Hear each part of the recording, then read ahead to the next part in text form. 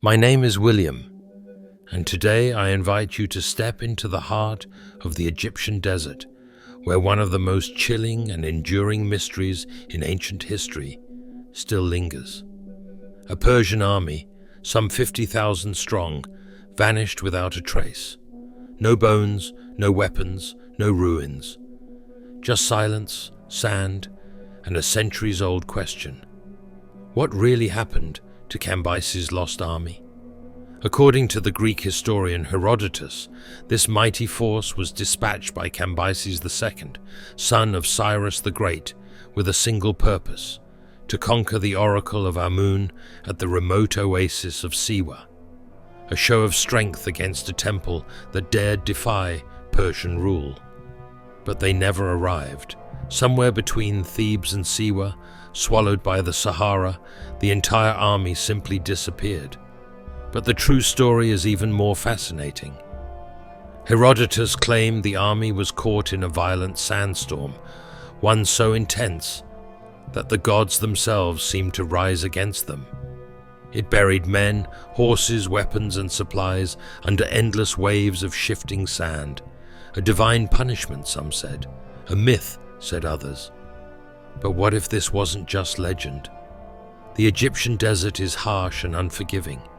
Even today, with satellite navigation and modern tools, crossing that terrain is perilous.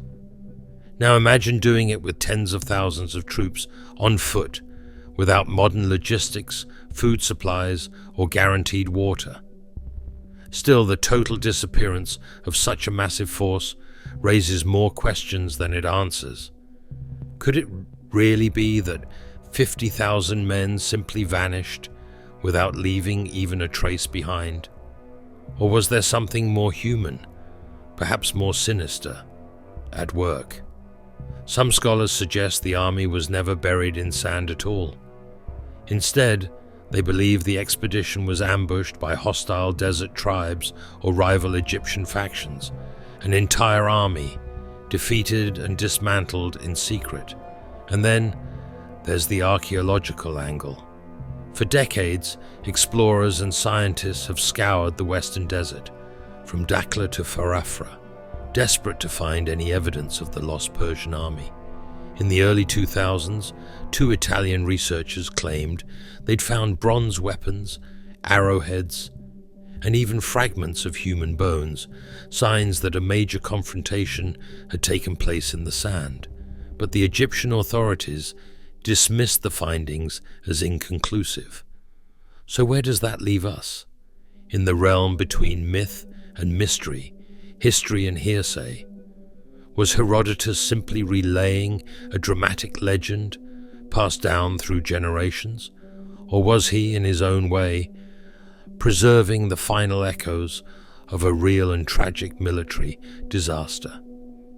It's worth considering the political climate of the time. Cambyses' rule over Egypt was brutal and unstable. Local resistance was growing. Religious defiance simmered beneath the surface. Perhaps the army was never meant to reach Siwa at all.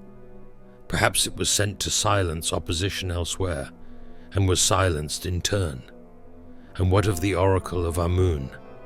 Why did Cambyses fear it enough to send such a force against it? The Siwan oracle was one of the most respected in the ancient world, believed to speak directly for the god Amun himself. Could Cambyses have feared its prophecy? Could the oracle have predicted his downfall? The deeper we go, the more tangled this story becomes. Was the army consumed by nature, betrayed by men, or destroyed by forces beyond understanding? There are still those who believe the army lies just beneath the sands, waiting to be uncovered, its shields, helmets, and bones locked in timeless silence. But the desert keeps its secrets well, and so the legend of Cambyses' lost army endures, not just as a story of imperial ambition, but as a haunting reminder of the unforgiving power of nature and the limits of human control.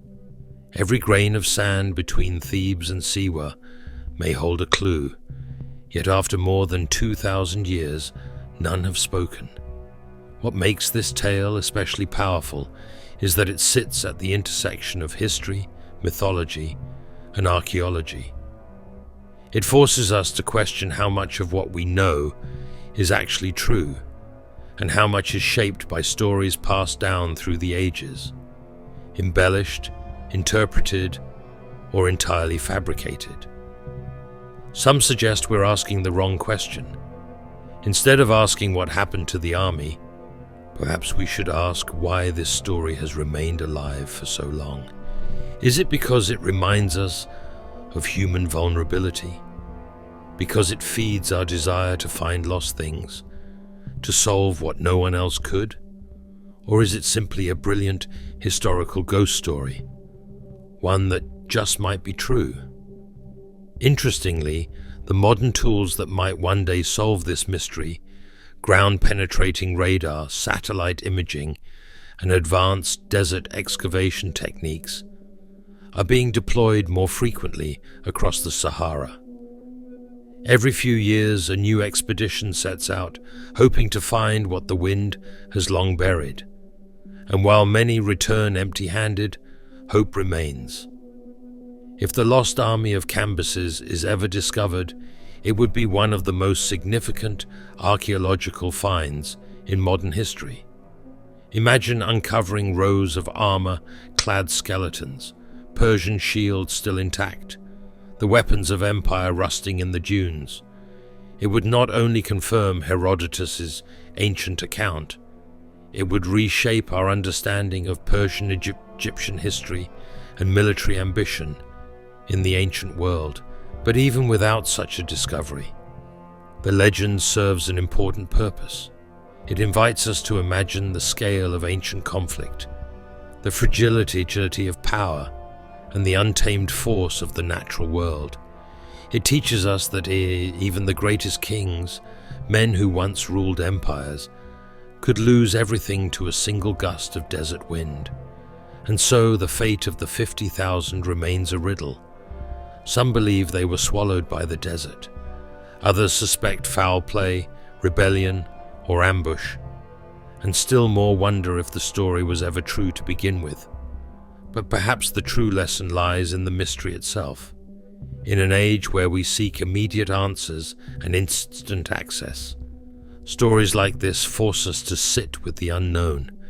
They remind us that history still holds secrets, and that part of what makes it so powerful is the enduring space between fact and possibility. Cambyses sent an army to crush a voice he couldn't silence, the Oracle of Amun. But in the end, it wasn't the oracle that disappeared, it was the army. And maybe that's the most poetic ending of all.